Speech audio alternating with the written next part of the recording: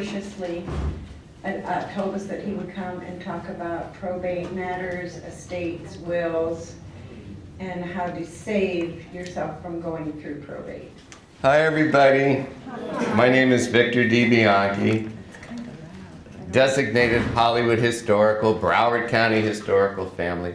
Karen, thank you so much. I am so excited and thrilled to be here, to be the substitute for the Hollywood Hoodlums, to give this lecture, and it's a nice big room.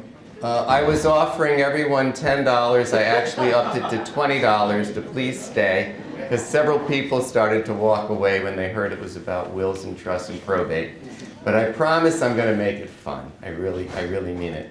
Thank you, Dr. Michelson, for the beautiful article, resume you sent out. I appreciate it. Marion, Stephen put on my microphone. He asked if it was a little too tight. I said that was only because I gained 20 pounds in the past year. But besides that, and thank you all for being here. I've been a Hollywood resident my whole life, 61 years, and I live down in the Hollywood Lake section. And I see my friend Jonathan Lorber, the very famous realtor, down there too. And next month is going to be a lecture at my house, 80 years. I'm sorry, Bob Guyson is going to give a lecture, 80 years. If you're members, you're all invited. If you're not members, then come to the door and you can become members. I think it's $25 a year. And it's going to be a great event in a very historical Hollywood home that was once owned by the mafia in the 1960s. And it's true, but we'll save that for next month for our next speaker. I graduated from Little Flower School, then from Hollywood Hills High School and the University of Miami. Double hurricane, all about the U, but sorry about yesterday, what can I say? And I went to work for the best law firm in town. I was 22 years old. 1979, I went to work for the law firm of Ellis, Spencer & Butler, where Karen worked. Karen worked there. She worked at Paoli & Paoli. Every other law firm, really. And because everyone wanted her and they kept fighting over her. Yeah. And now she's with Mark Butler, one of the young attorneys who's now in his 60s with Ellis, Spencer & Butler. And we all have a great relationship. I'm past president of the Broward Bar Association, 2 years before Chris Nielsen was past president of the Bar Association. And I'll remember the day when Chris came into my office, and he's about 3 times my size, and he said, "I'm going to run against you." I said, "Don't run." "Why? It's my turn. It's my time. I've been on the board 10 years. I've been secretary, treasurer, vice president. It's my turn to be president. Now I'm going to run against you." Well, long story short, we became very, very dear friends, and he became president 2 years later. 2 years after me. I've also been chairman of the probate section. I'm the current chairman of the elder law section of the Broward Bar. And also served on committees for the Florida Bar, including the Grievance Committee. I'm considered an expert, I hope I am, in wills, trust, probate, estate planning, and how to avoid probate. I promise we're going to make it fun. We're not going to make it boring, and I will answer all your questions. If I don't know the answer, which I probably will, but if I don't, I'll make sure that I get you the right answer. You can have my email, and we'll figure it all out. I also want to acknowledge the president of the Hollywood Garden Club, Miss Berry, who is here, who gave one of our in the front row, who gave one of our very first lectures at the Hollywood Library, of which I attended, and she didn't think I remembered anything, but I did, didn't I? So. All right, so wills, trust, probate, and estate planning. There's no law. Oh, Miss Valerie Pansiera-Reed just came in. There you go. See me before you see her, okay? Come on, after 39 years as a lawyer, I gotta have some fun. All right, so there's no law in the state of Florida to require you to have a will or a living will or a power of attorney or a health care power of attorney. Those are the four main documents we're going to discuss. The other documents are a trust and quitclaim deeds, but we'll talk about that secondary. Some of us might have children, some might have grandchildren, nieces, nephews. Some of you might even have triplets like I do, and I'm not kidding. I have a boy that's 23, and I have triplet girls that are 20, and in 3 different countries, and the boy's in a different state, and that's why my hair is white.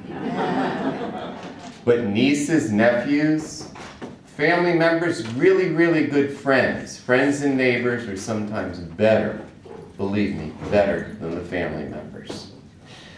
So we want to make life easy for ourselves, and we want to make life easy for everyone else. So one of the first things is, should we have a will? Yes, we should. And the will designate who we want to leave our estate to. It could be as simple or it could be as complex as we like. The will itself could even contain a trust if we have minor children or minor loved ones that we want to give to until they reach a certain age. And we appoint a personal representative. In the old days, it was executor if you were a man. If it was a woman, what was she called? You got it, right? Now we have the generic, politically correct, personal representative. And but any of those terms are still good. Executor, executrix, personal representative, any of those are still good. We designate who we want to be in charge, who we want to receive our estate. I like a lot of backups. When I was in law school, way back in the mid-1970s, one of our law school professors said, people are going to pay you to think. You have to think. And I give a very grueliest scenario of events. You are out to dinner with a spouse, with a family member, by yourself. There's a very bad accident. The person that you designated to be in charge of everything is with you. They can't be contacted if you're alone. So the point I'm making is we want to have backups, alternates. We want to have a personal representative. We want to have an alternate personal representative. And I'd like to have a second alternate personal representative. I mean, we can go down the line, if the whole family gets wiped out and all that kind of stuff. But some people do. Some people did. I did when my children were minors, but now I don't. So we want to make those contingencies. So we want to leave everything in the will. Now, my mother and father, who were Hollywood, Broward County pioneers, some of you might remember them, and they're still alive. Yes, I still have parents. My father is 97, and God willing, tomorrow my mother will be 89. And so they have 3 children. They leave everything to the 3 kids equally, share and share alike. The magic legal Latin words per stirpes. You can go home, look over your wills, look over your legal documents. You might see the words per stirpes. That means to the roots. So for instance, if I were to predecease my parents, then my 4 children would inherit my 1/3 share. If my sister, God forbid, were to predecease, then her son, her only child, would receive her 1/3 share. If one of the heirs died without issue, without children, without grandchildren, the bloodline, then it would go to the surviving people that are in there, whether they're siblings, cousins, nieces, nephews, friends, neighbors. I've been a lawyer, like I said, 39 years. I have over almost 7,000 files. I'm very blessed, thanks to the history with Karen and the law firms that I've been associated with. There's been maybe 10 times out of almost 7,000 wills where someone wants to leave to the in-law. Almost never. Sometimes, but very, very rare. So people will say, well, if my nephew passes away, does his wife get it? If my daughter passes away, does her husband get it? For the most part, no, unless that's what you want. But the vast, vast majority, when I say majority, 98, 99% of the people leave to the bloodline. So we make out our will. What should go along with our will? A living will. And I have living wills to give out today, handouts. And the living will means no life support. We're in this horrific car accident, and there's no hope. We're not going to make it. We're brain dead. 10, 15, 20 years ago with Teresa, what was her name, Schiavo, with that case, the technology, the medical technology was different. Nowadays, they could pretty much tell if we're brain dead or if we're not. So we're brain dead. I've signed my living will. I've signed all my legal documents. I would not want to be kept alive and be a financial or an emotional burden to my family. So I signed the living will. Once again, 98, 97, 8, 9% of the people will sign the living will. No life support, we don't want to continue. Pull the plug, don't even put the plug in to begin with. No ventilators, no feeding tubes, things of that nature. So let's take this scenario a little further, that we're in this horrific car accident, and we're married, and we're both together. We're not going to die. However, we cannot make decisions for each other. Or if you're not married, you're with your daughter, your niece, your nephew, a loved one, a neighbor, whoever's in charge of your estate. You can't make decisions for each other, but you're going to live. We're going to be fine. We're going to have a few weeks in the hospital on morphine, painkillers, a couple of surgeries, another 3 weeks more or less of rehab, and we're going to recover. So we don't want the living will to take effect.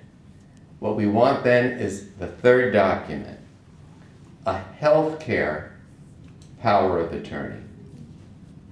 Healthcare power of attorney, like a healthcare surrogate.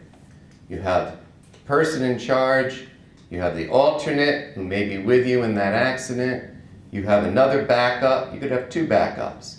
You could have 2 or 3 people. You could have and or. You can have 2 signatures required for a healthcare, which I don't recommend because those are emergency situations. Or an and or. Whoever gets there first is going to make those decisions. And they will be able to make the medical decisions for us because we can't do it. And we're weak, we're mentally confused, we've broken our arm, we can't sign our name. So the fourth document is the financial power of attorney. Durable financial power of attorney. That allows someone to sign our checks, pay our mortgage, our rent, our maintenance, pay our insurance, pay our taxes, sign our tax return, do anything that we could do if we were capacitated. Anything we can do while we were capacitated, our financial power of attorney can do for us. once we're better and we recover, then the healthcare power of attorney and the financial power of attorney go into abeyance until they're needed again. We really have to trust the people that we put on there. And I think we know in life who we can and who we cannot trust. So those are the 4 documents: your will, your living will, healthcare power of attorney, durable financial power of attorney, with at least a couple of backups in there. Now, a lot of people say, oh, well, I signed a will, I have a will, so I'm going to avoid probate. Well, it's not necessarily true. In fact, it's not true at all. Just because we sign a will doesn't mean we avoid probate. A probate, and I was asked to explain what probate is. Probate is a process whereby at our death, for all of our accounts, real estate, bank accounts, assets, insurance, annuities, 401ks, CDs, whatever we own, if it's in our name alone, whether or not we have a will have to be probated, has to be accounted for to the court, to the judges, about 20 different legal forms. Helps put my kids through college, me doing that, but 6 to 8, sometimes 10 months. Karen will remember back in the old days, 4, 5, 6 months we had a probate done. Now it's 8 to 10 months. And it's not the lawyer's fault. It's the court system is so backlogged. And so many delays. God forbid Miami-Dade, it's going to be over a year. Palm Beach County isn't much better. So we have to avoid probate. Who knows the best way to avoid a probate? Raise your hand and yell out. Right? Trust? Excellent. Don't die. Not the best. Who did that? Who gave that answer away? Who knows the second best way to avoid probate? Good. Beneficiaries, joint, in trust for, a living trust. Excellent ways. And all these years I've been giving this lecture, the first person to open their mouth in the back, the best way to avoid probate is don't die. Good job. Who knows the second best? Oh, Valerie's back there. Spend all your money. That's the second best way. Second best way. But no, you answered the questions correctly. A living trust, or if we go to the bank with beneficiaries, or our life insurance with beneficiaries, we want to have contingent. Once again, the backups. We want to have the beneficiary, the contingent beneficiary, the second contingent beneficiary, in trust for, ITF, POD, pay on death, TOD, transfer on death. Those are all good ways to avoid probate. We should all make it a goal, and I did the end of last year, believe it or not. Even though I'm a lawyer, I didn't really have all my stuff in order as I should have, but it is now. Go through your investments, go through your savings, go through your old tax returns. Look everything over. Make sure that it's either in joint names, in trust for, or it's an irrevocable living trust, has beneficiaries. Make sure the beneficiaries didn't die before we did. Make sure that the beneficiary we have listed, we still want to have as the beneficiary. Review it. You don't have to do it this week, this month, but make a goal, like maybe the end of the year, or if it's the holiday time, then the beginning of the first quarter of next year. Put everything in order. Write everything down. It could be like a letter. it could be like a letter. The code to my alarm in my house is this, which I guess if they come into your house, that isn't necessary, but you know, to get on the computer, this is my password. To get on my cell phone, this is my password. My safety deposit box is located so-and-so. All the money is in the garage on top of the old antique dishes. Seriously. The coins I collected are behind the hot water heater. Give very specific instructions. Like my mother and father, whatever you need to know is in a big red envelope on top of the refrigerator. It's true. For me, I tell my children, the 4 kids, and they don't want to hear about it. And it doesn't matter if you have children, if they're 30, 40, 50, or 60. They don't want to hear about the parents dying. If you have loved ones, nieces, nephews, family members, friends, they don't want to hear about you dying. They don't. So just kind of leave a little letter where they know where to find it. In case something happens to me, I tell my kids, go into the desk drawer, my desk drawer, the lower left-hand side, everything's going to be there. Good, I like questions. Do you recommend having a copy of that letter kept in some secure place, like a bank or someplace off-site as well, in case there's a natural disaster? Sure. Or in a Ziploc bag. No, it's true. If the hurricane comes, put it in the washing machine or the dishwasher. Keep it waterproof. I'm just thinking about the example with your parents with the letter on top of the fridge. You're right. If the house were to burn down or something, You're right. where would there be a copy? And that's a good question. It's a common sense question, which is excellent. We should have another plan. Have it in a couple of spots in a secure place. But if it's in a safety deposit box, unless there's another individual's name on that box, they can't get in. So if I have a box, safety deposit box, with you and me, and something happens to me, yeah, you can get in. No court orders, nothing. You just go in with the key, you're the owner. You can take whatever you want. However, if it's in my name alone, and I were to die, then it has to be a court order to get in. And if our boxes are in our name alone, it's bad. Because then we need a court order, bank officer has to go in, inventory has to be taken, has to be presented to the Broward County courts and or wherever we live, whatever county, and to the state of Florida. So all the gold, all the silver, all the diamonds, all the green cash money is going to get reported. So make sure we have a joint name and make sure we really, really trust the person that's on there. And I'm glad you asked, because this way we'll open it to questions and make it, yes. If you're brain dead and have a living will, you also have a healthcare proxy, but you didn't unfortunately vet that person and they're kind of pro-life, which takes precedent at the hospital?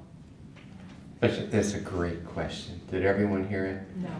No. Let's say we have a living will and we have a healthcare proxy, and the person that's the healthcare proxy is pro-life, does not want to pull the plug.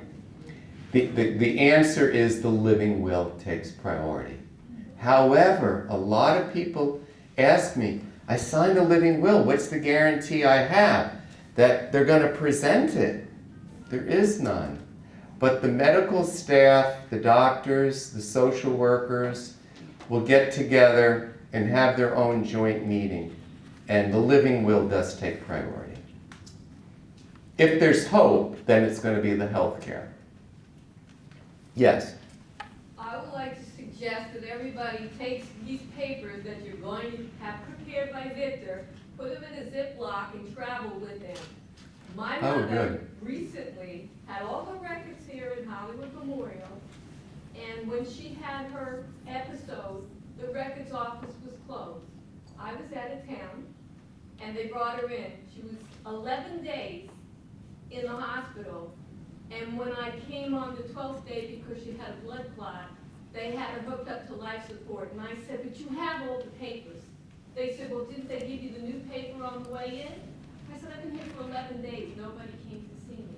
So you see how important it is to be on top of everything yourself. You can't rely on them. We have And to if be you very have to make proactive. it yourself, then we wouldn't have had to. Right. No, I'm glad you pointed that out, and that's why we learn from the questions. A lot of people will take pictures on their phone. A lot of people will ask me to scan and send to them. You know, like 5, 6, 7, 8 years ago, I was a little leery of scanning legal documents and sending them, but nowadays I guess it's pretty commonplace. So if it's everything scanned, so like we're saying, you know, it's a way of safekeeping, so that's good. But we should have, yes sir, did you have? No, go ahead and finish what you're going to say. No, we should have a plan that's best for us. And if we have a safe in our house, make sure that we have the code so the family, the loved ones can get into it. Go ahead now. If, let's say you have your will drawn up here, you're a resident of Florida, and you move to another state. Good. Become a resident Sure. of that state. That's a good question. So we make out our will here in the state of Florida, and we're a Florida resident. You're grandfathered in. No matter what state you go to, it's still good. Especially if I did it. It would be absolutely, absolutely perfect. Yeah. What about the opposite? Like I made a will out in New Good. York and when I was living there, now I'm permanent resident. Sure, and I was just going to touch on that too. So let's say you're from a different state and you move to Florida. As long as the will was valid in that state, it will be valid here in the state of Florida. However, you should see a good, reputable attorney who will not charge you, believe me. I don't have a consultation fee, I'm sure Chris doesn't, Mark Butler doesn't, and all these attorneys from the Broward Bar Association will not charge for a consultation to review the documents. For instance, what state were you from? New York. Oh, excuse me. My son graduated from NYU. So the New York lawyer, and you bring the will into me, let's say, and I look it over. It might be legally valid, however, maybe they forgot to date it. Maybe a witness forgot to sign in one section. There could be any number of things. An extra set of eyes is always good, especially when there's no charge. Let someone else give you a second opinion. But as long as it's dated, witnessed, notarized, according to the laws of that state, which they're almost all the same, Florida, all the different states, it'll still be good. Good questions. Yes? Okay, on the financial power of attorney, when you die, that person is no longer in charge of your finances. Yeah, another good one. You're all smart. I knew it. I knew it. When we die, the power of attorney, the healthcare power of attorney, dies with us. That's when the will and the trust take over. And a lot of people will come in to see me and they'll say, well, yeah, my mother passed away, so I'm going to take over with the power of attorney. And I say, well, you can't. It dies with your mom. Well, what good was it then? Well, it was good during our lifetime.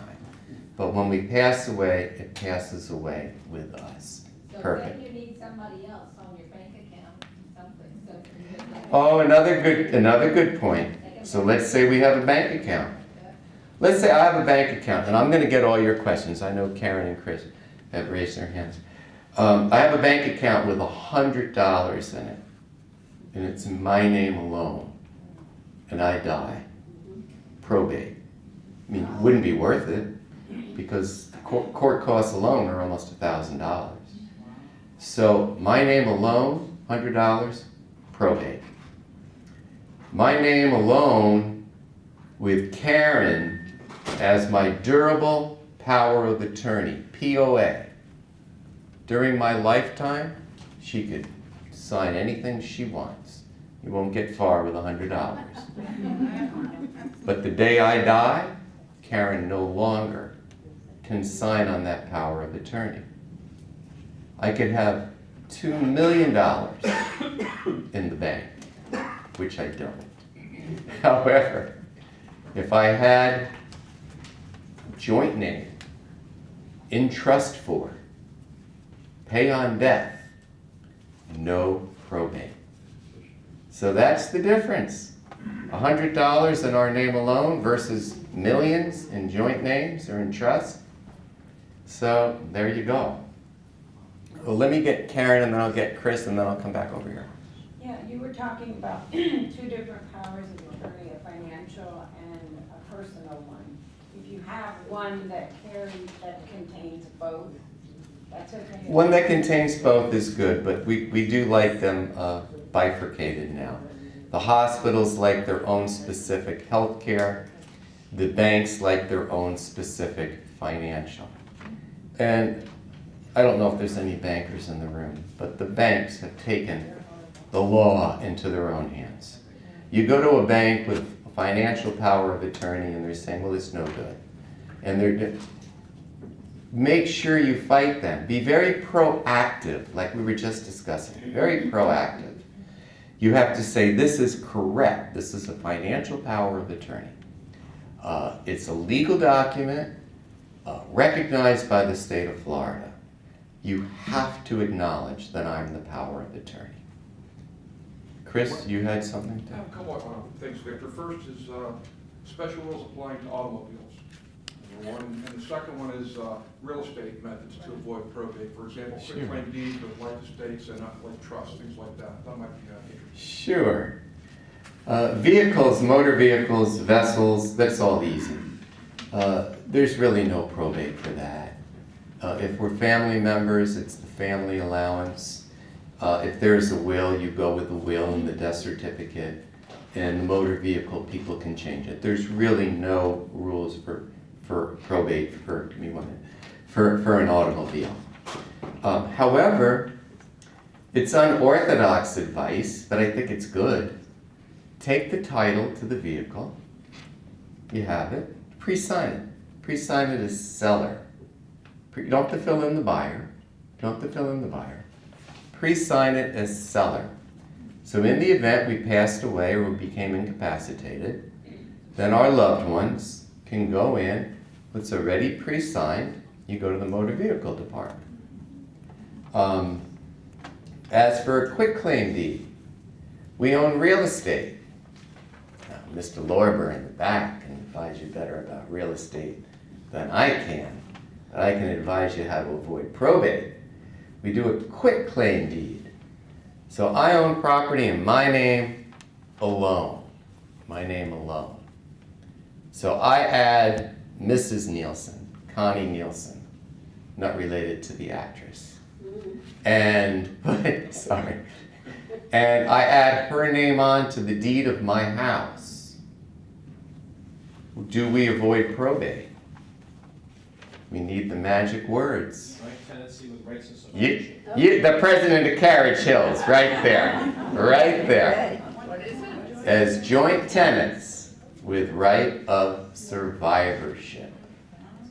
If I have you and me, it's tenants in common, which means half a probate. Half a probate's as bad as a full probate. So we want the key words as joint tenant with right of survivorship.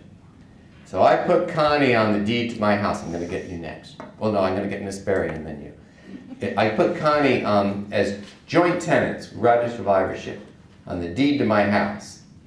And if you all come next month, you'll see the house. It's a nice house. It's an old house. And I die. Connie gets it. No probate. However, if I want to sell it while I'm alive, I have to be really, really nice to you. Because you will have to sign the deed with me. So if we add a joint tenant with right of survivorship, then if we want to sell, we need that other person's signature. Hence the word trust. And we'll talk about trust. And I don't want to overstep my welcome. I don't even know how much time I have here, but Karen will. Go ahead. You had the next question. Did you remember what it was? You got me so excited. I had one back here. Yes. I remember. Okay. All right. I remember. My sister just passed, left nothing, a word of nothing, and everything's going into probate. She has a Mercedes. You mean I can fly to California and take that Mercedes without it going through probate and come back here? If the law in California is similar to here, did she have family members?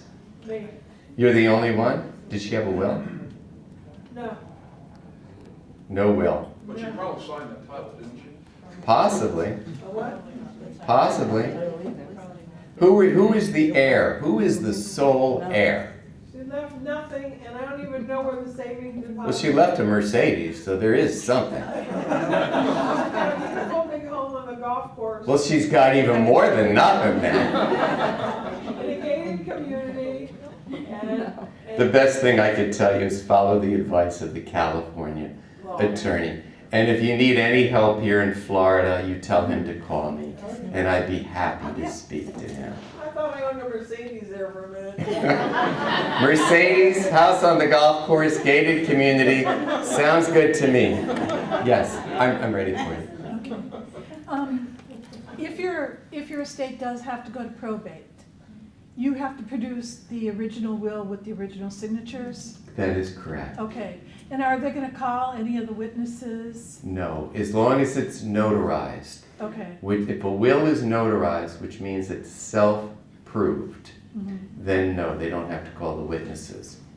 Okay. If the will is not notarized, then a witness will have to go to court and sign an oath of witness or an oath of will, saying that I know this person, I witnessed the will. So let's say we can't find the witnesses. Then we have to get a friend, a neighbor, some disinterested party to go in and say, I know that's their signature, I've seen their signature before. So the best thing is to get it notarized. And Karen can probably tell you stories better than me, but in the old days, a lot of the lawyers did not notarize wills. Why? Because they wanted the family to go back to see them when the loved one passed away. It's not right, really isn't right. But a lot of lawyers did that. Almost every lawyer today will notarize the will. You had a backup question. Yeah, the same question, but concerning the durable power of attorney and the healthcare power of attorney. When you actually go to make those decisions, like if you have to go to the bank or you're going to talk to somebody at the hospital, do you need the original signatures No, to show no, those, not or you can show necessarily. photocopies? Just copies. And the hospitals, I mean our local hospitals, Memorial System, Broward General, Holy Cross, they will all accept copies. However, there's some banks that only want an original, and they're not entitled. Okay? And a lot of them will say, we have to keep the original. No. No. So for the hospital, a copy is sufficient to answer the question. And about the real estate with the joint tenants payable to survivors? Right. I forget the Joint exact- tenants with right of That's survivorship. If you don't want it to go to probate and you have 3 children, then you have to put all 3 children's name on that, right? Yes, and there's a lot of pros and cons with that. And there's a lot of pros and cons with that. One likes one price, the other one doesn't want to sell. Yeah, and they're married, and then they're getting divorced, and then one's in a car accident and is getting sued, and the other one has bad credit, and yeah, you got it. So that's when I recommend You put it in a trust? living trust, revocable living trust. These are not expensive, like the will, the healthcare, the power of attorney, all that stuff. It's hundreds of dollars. It's not like thousands and thousands. The trust and the deed is like almost $1,000 on top of that. But it does avoid the probate. So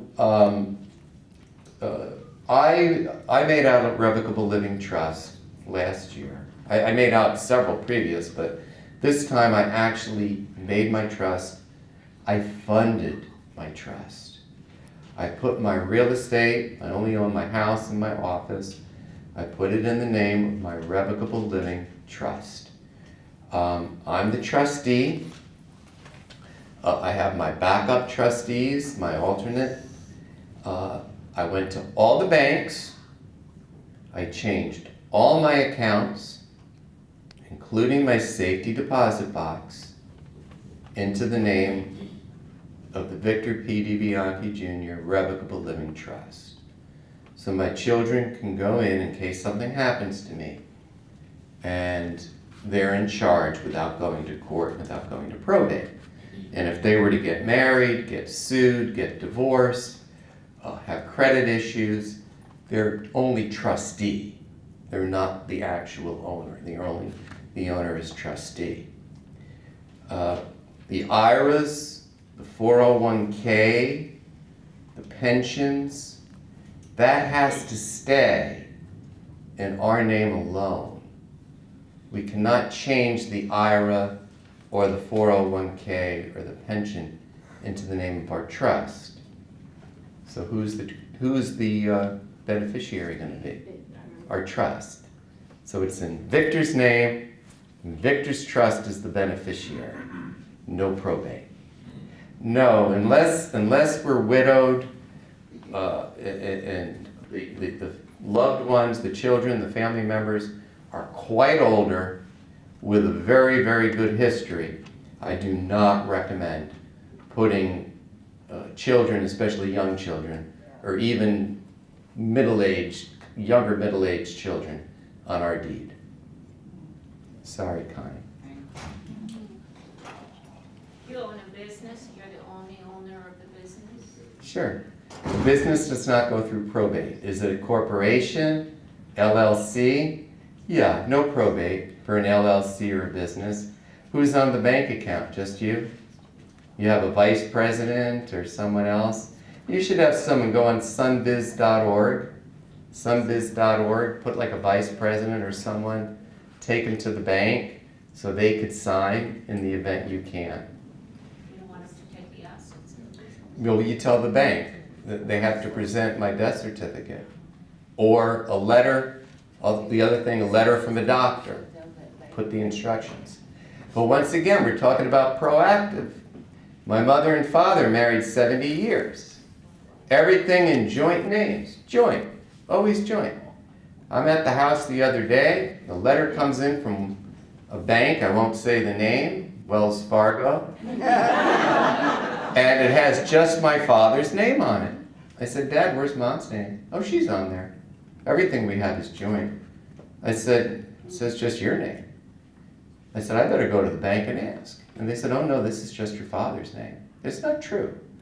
Because Hollywood Federal turned into First Union, that turned into Wachovia, that turned into Wells Fargo. And through all the years and all the computers, you got to be very proactive and check everything to make sure that we can avoid our probate. I don't want to overstep my time. Karen, you're going to have to tell me when I have to quit. Okay, what about an enhanced life estate deed? An enhanced life estate deed is a ladybird deed. And that's when you go see Karen and Mark Butler, because I don't do them. There's some issues with those. What that means is we give a remainder interest to our loved ones, our family members. However, we can change it whenever we want without getting their signatures. They're good, they're legal. However, there are some lawyers, some title companies that refuse to accept them, and they want every single person on that deed to sign. So I never did one. Yes? Yes, after my husband died, I did the 4 documents, the will, the trust, the durable power, but it was in 2002. Is there any reason to update them, although the beneficiaries I wouldn't be changing? Are there any laws that changed from 2002 that would require me? Another great question. Common sense, which is good, that a lot of us, including myself, don't have anymore. It's going to be perfectly fine. It's going to be perfectly fine. However, see someone, see a lawyer, have a conversation, consultation. It should be no charge. Let them look it over, because once again, there might be something missing back in 2002. It might be a signature, might be a date, might be a witness.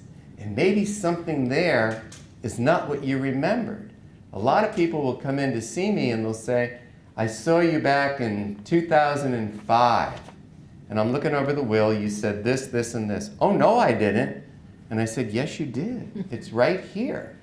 So every 3 to 5 years, 7 years, 5 years, more or less, yeah, look it over yourself, and get someone else to look it over. It should still all be fine, though. Yes?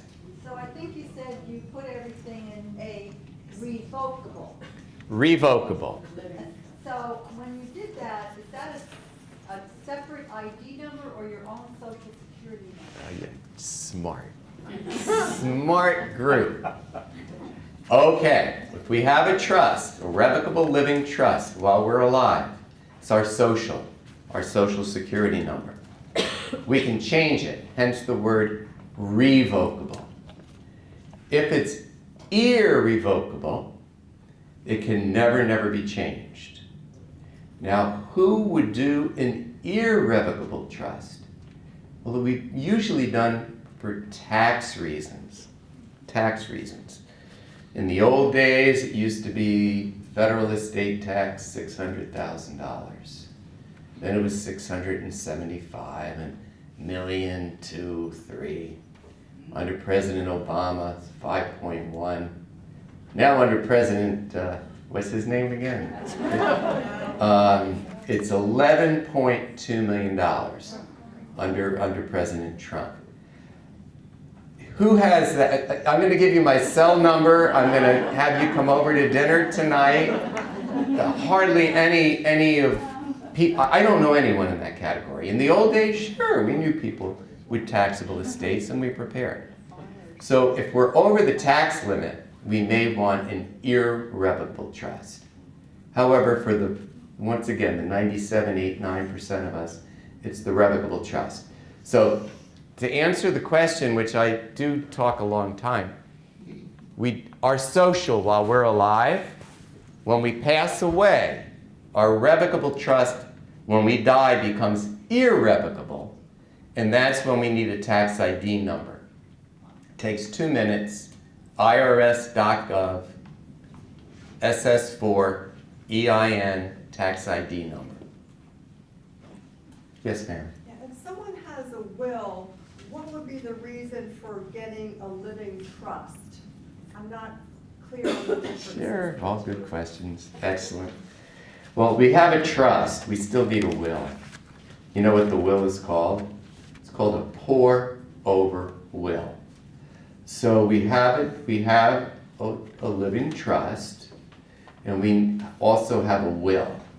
And a lot of people will ask me, well, what do I need a will for? I just did a trust. I just paid you to do my trust. The will is called a pour-over will.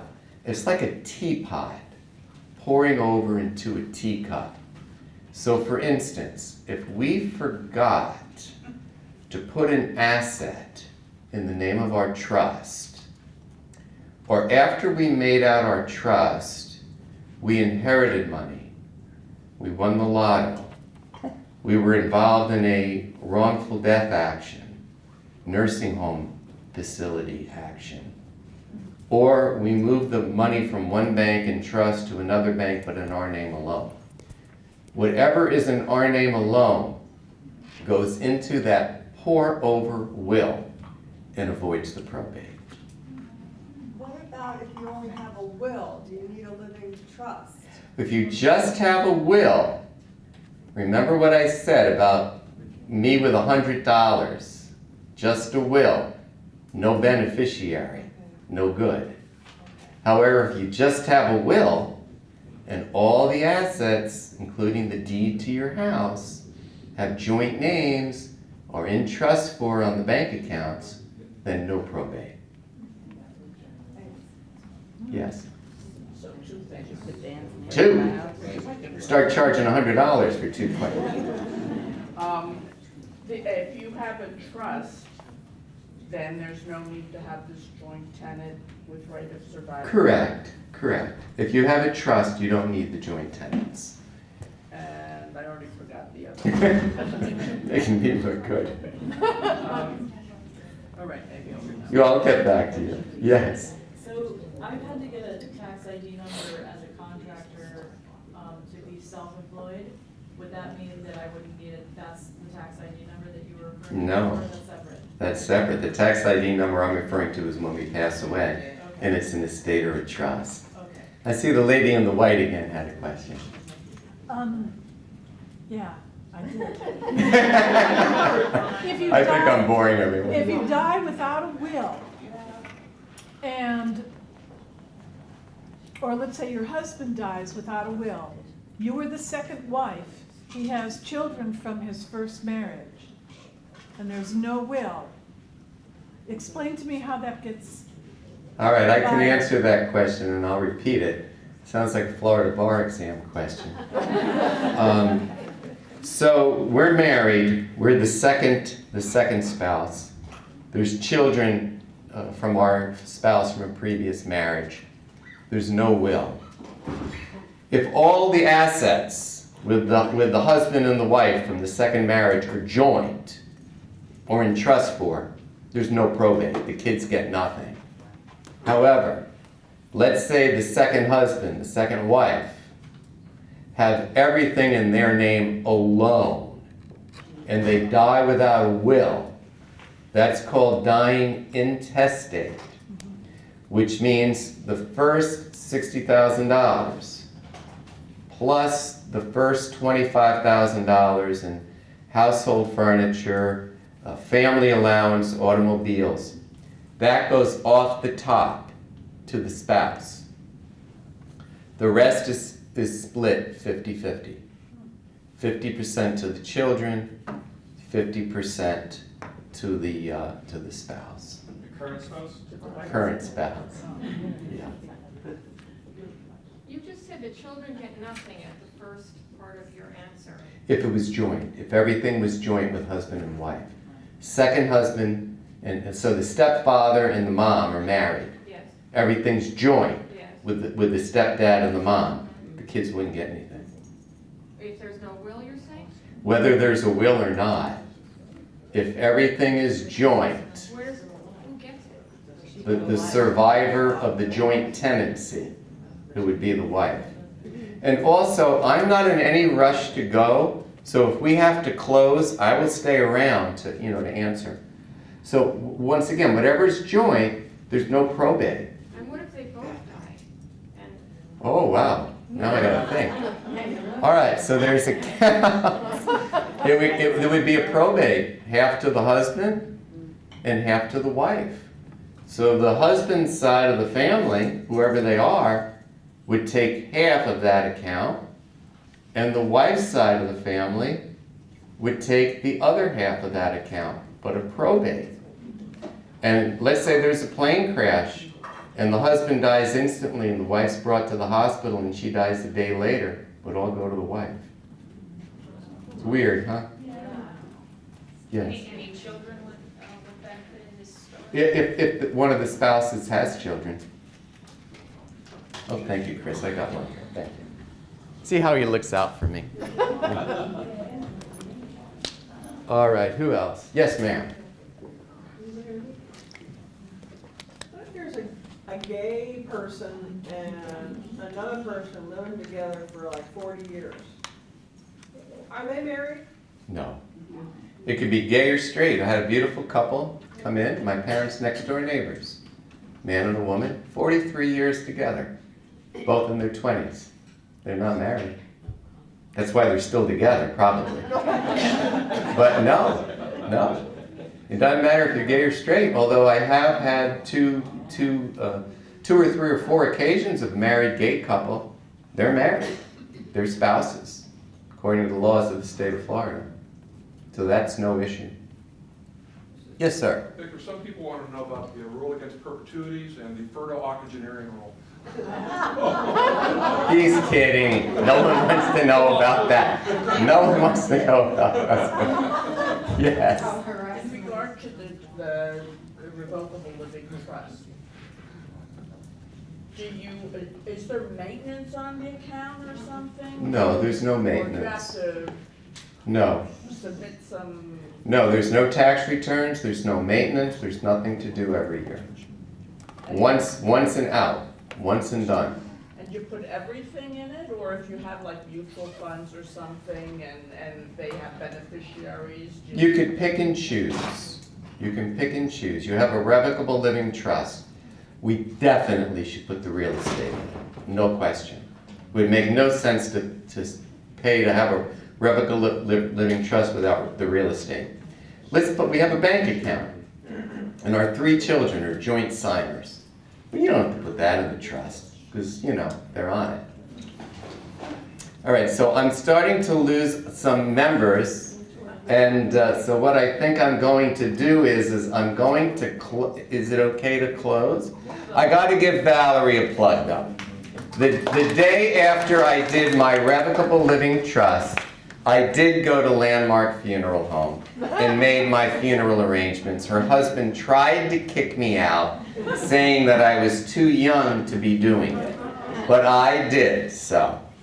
But in any event, thank you so much. God bless you all. I'm so excited to be here. Thank you. And thank you, Karen. Do I get a gold watch, or is there any kind of monetary Not yet, in a minute. Thank you, Victor. I know everybody enjoyed by the questions they asked. Very